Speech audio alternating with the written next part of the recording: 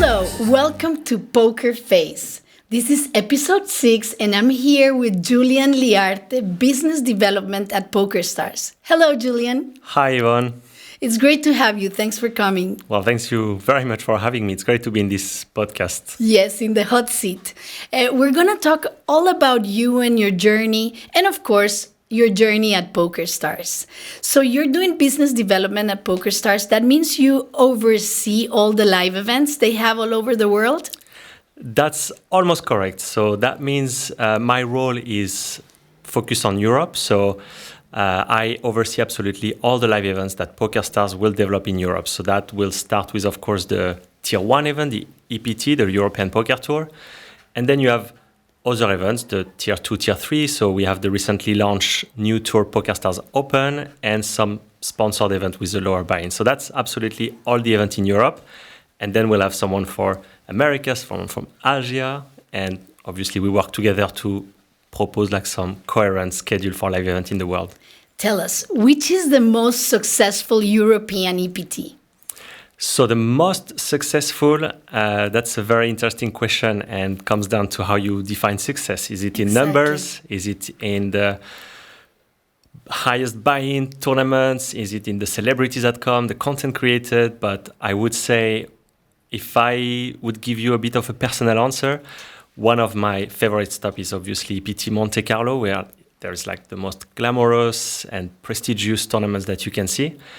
And if we speak in terms of numbers, that's EPT Barcelona, which is coming up very, very shortly. Oh, EPT Barcelona is one of my favorite summer stops in Europe. It's definitely beautiful.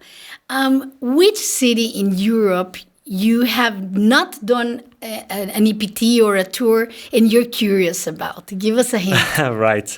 So there is one city. There is one city that...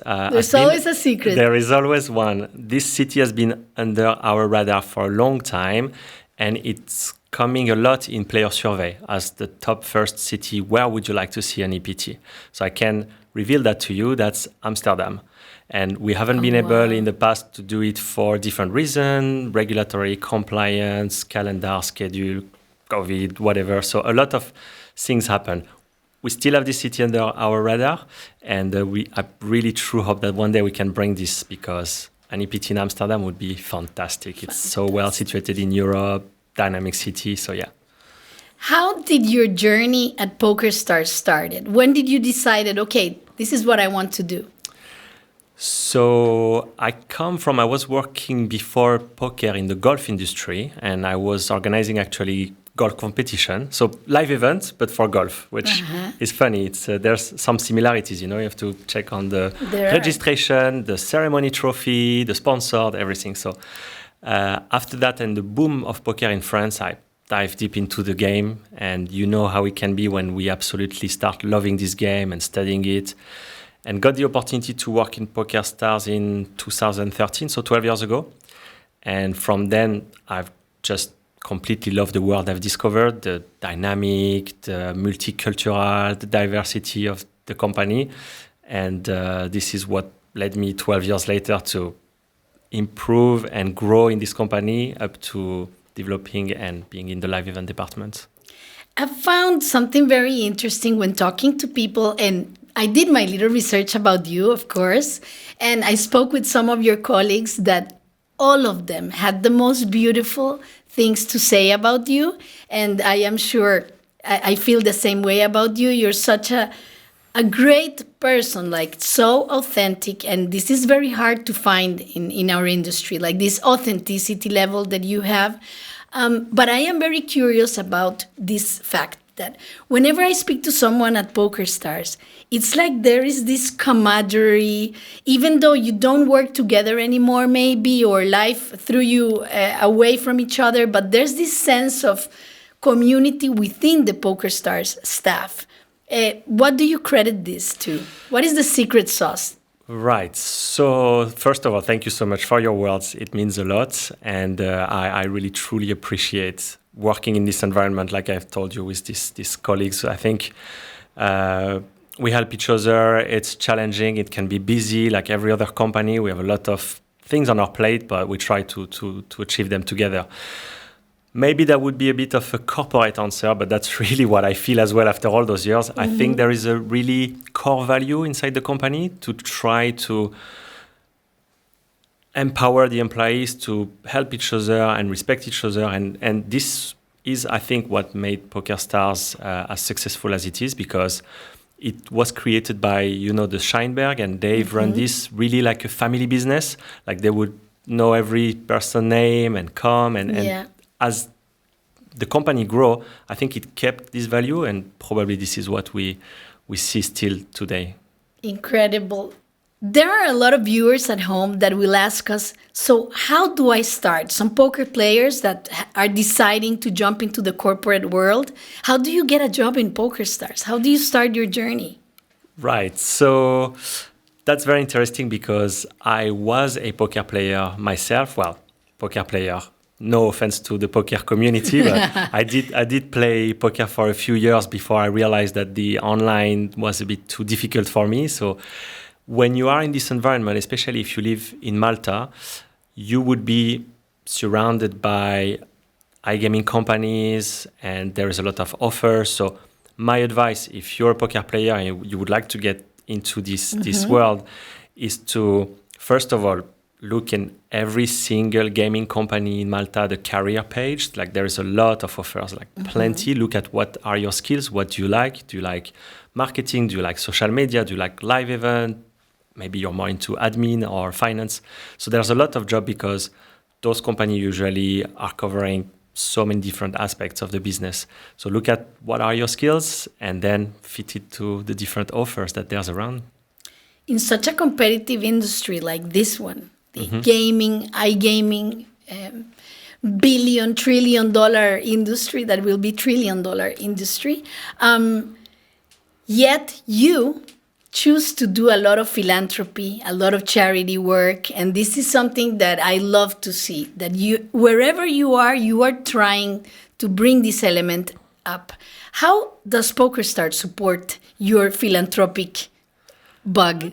Again, well, that's something which really is defined by the core value of the company. So PokerStars historically always gave back to the community where they operate. So we have offices around the world, in England, in Bulgaria, in Spain, in Italy, in Malta. And every single office has a CSR charity committee where they are looking for opportunities to make a difference inside the community. And this is something that PokerStars always supported. So our CSR head office are very, very supportive of every single initiative that would have an impact in the community. So we've been doing quite a lot in Malta. I have myself been involved for the last 12 years in the charity committee. And we have worked with different NGOs in Malta. The way we approach this is really to try to see what are the NGO needs, first of all, and how we can help. So that's really the first element. And the second element is how we can involve our staff, how we can raise awareness towards the NGO's mission. And this is how I think we achieve to really get something meaningful through the company, yeah. But we get a lot of support and we're very grateful for that. Talk to us about your next charity project, if you can. Yes, of course, I would love to. Well, if that's fine, can I speak about our just last one that just finished? Because this is something which is very close to my heart. Of course. We are working with an NGO called Spark 15, and they are a refugee-led organization.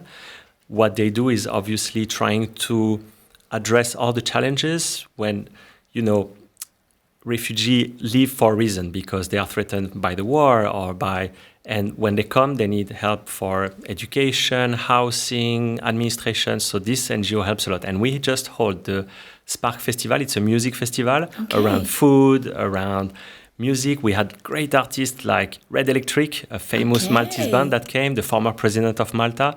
So we are very blessed that this Spark Festival got a lot of spotlight and helped this NGO, which is a small NGO led by refugees only and doing an amazing job. Incredible. I think the whole community owes you and PokerStars a big thank you because you've always supported this. And this is super nice because our industry can be quite strong and a bit ruthless. So to mitigate this, having the philanthropic element, is a very beautiful project. And I think you are doing a great legacy with your name and your work, with the charity work. Thank you. And also, the latest, not the latest, but I think it's a new element I've seen in you, your support to women in poker. Absolutely. This is something that has been also always at core. We've tried different angle, different format, different initiatives to try and promote women in poker. And recently, I think we found something really impactful, especially led by our ambassadors, Carrie Jane, Yes. at the Hippodrome Casino in London. And we have had 2 editions already of that's the second, of the Women Festival. So we had the Women Winter Festival. Now we're doing the Women Summer Festival. Yes. And this is the biggest women event in the world outside Vegas. Okay, let's say in Europe. And it's absolutely amazing to see everything that goes around. I still think we are waiting for the moneymaker time for women in poker, where there will be a massive boom. But we have seen numbers, and I can tell you the numbers is like double digit, sometimes 3 digit growth in women attendance in all EPTs, PokerStars Open, in all the events. At the Irish Open, at the Goliath recently, where I was, which is an absolutely fantastic event.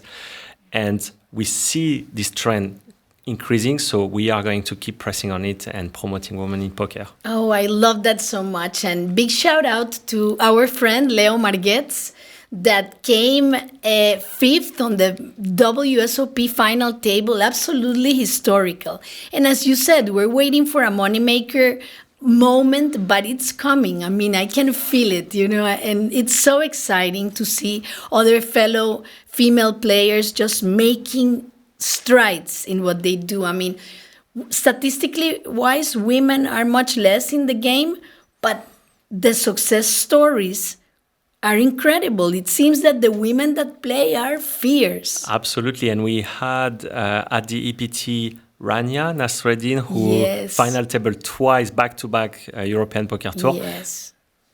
Fantastic achievement and very inspirational for a lot of women. And I really think that there's still a lot to do. It has been in the past years growing slowly, but I think we can see that now it's picking up. So that's why we're really absolutely continuing into this. The Women's Summer Festival is happening next week in London. Yes.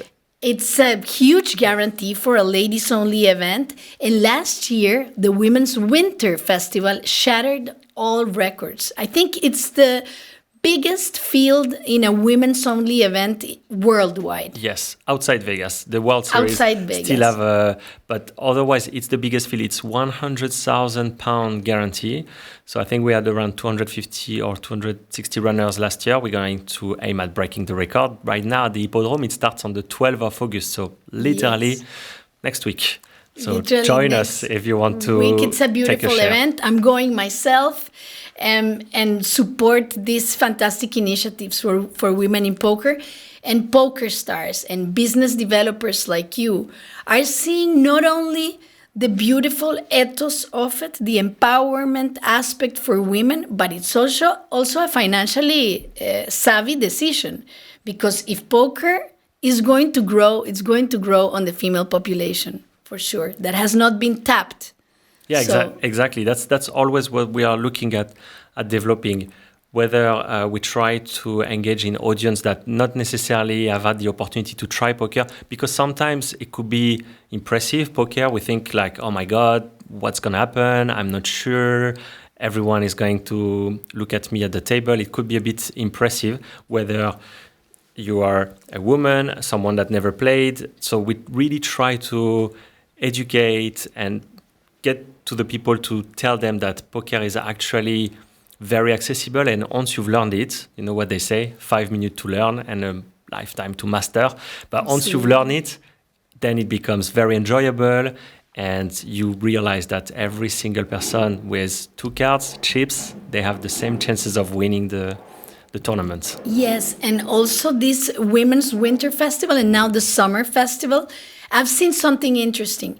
Before, there was a complete disconnect between a women's live event and online satellites for that event. And I think you guys at PokerStars are doing it fantastic because you can really qualify every night. I've been so close.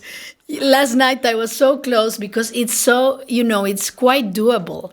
Every night the satellites are running, which is just an incredible accomplishment on its own.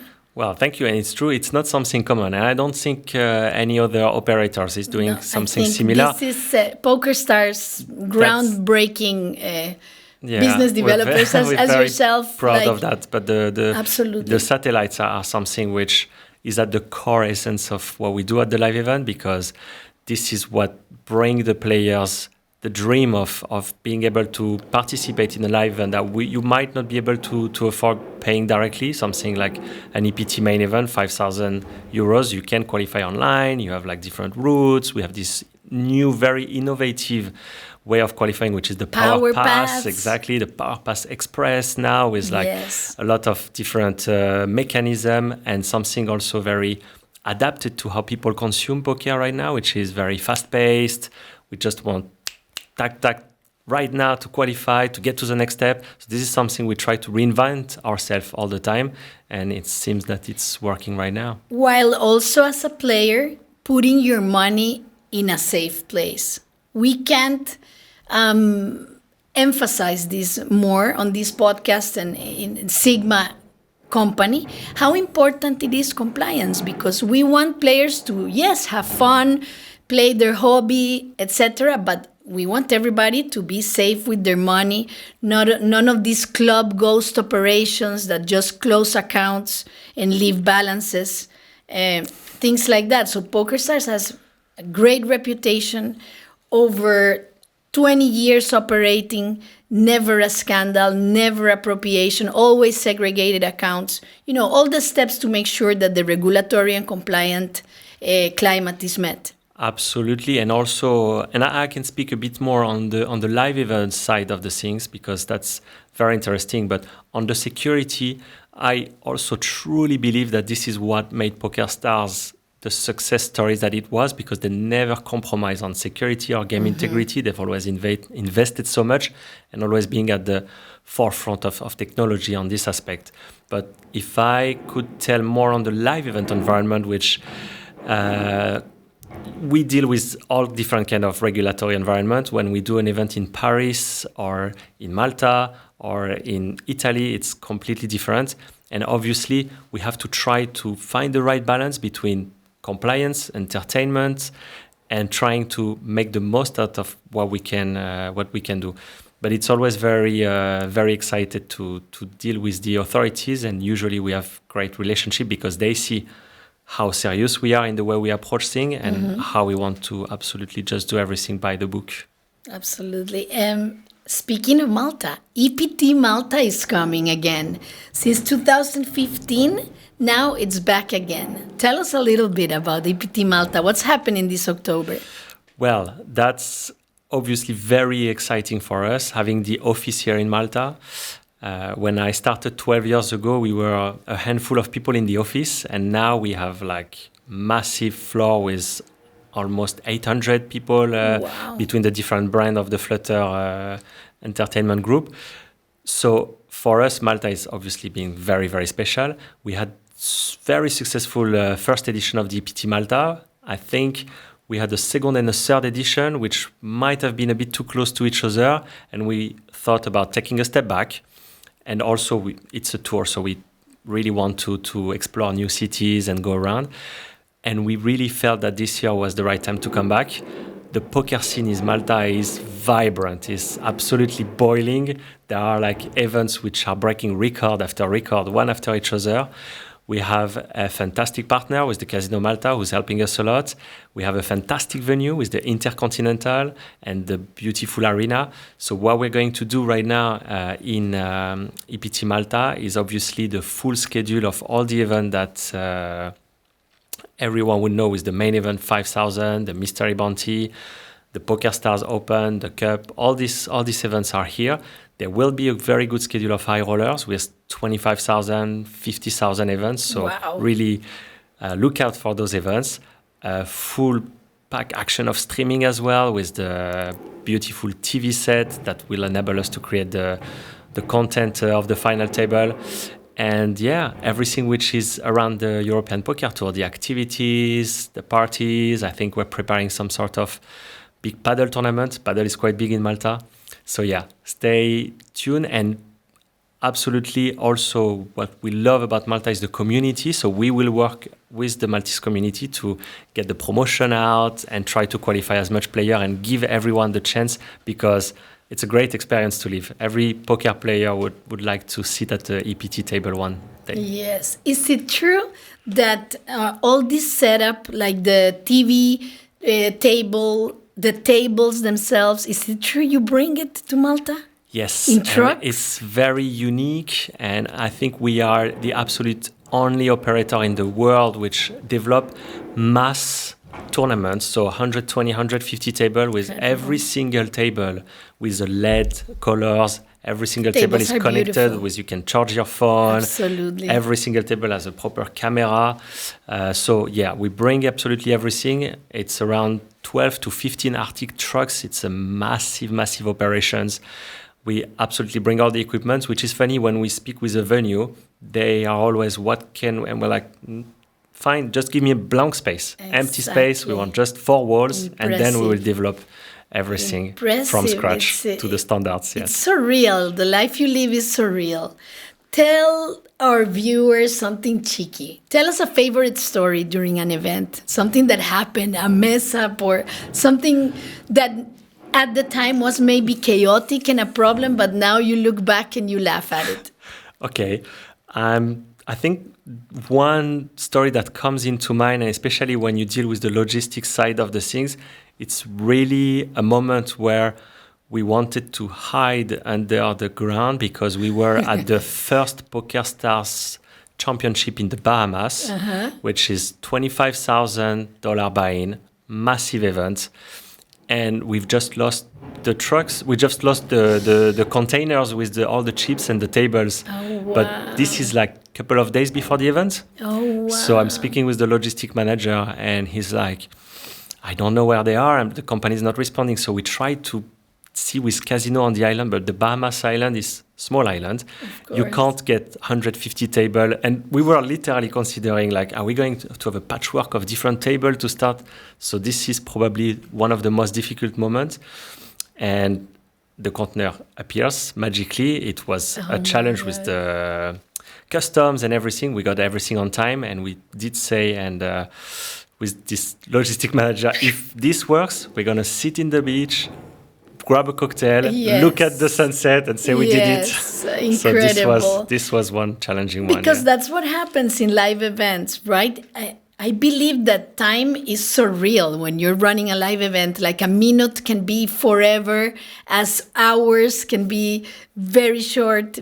And then when it's finished, like the retrospective that you do on it, you relive all these moments of anxiety, stress, good feedback from players, bad feedback from players, because we know that poker players are incredibly savvy and value hunters, but also very verbal.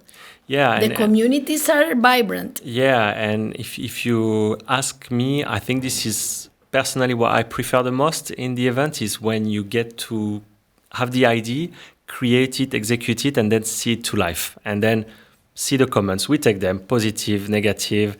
As you said, there's a lot of different feedbacks that come from all the players. We take them into consideration. In fact, we have changed a lot of things in our schedule, in the way we operate based on player feedback, team pro, ambassadors.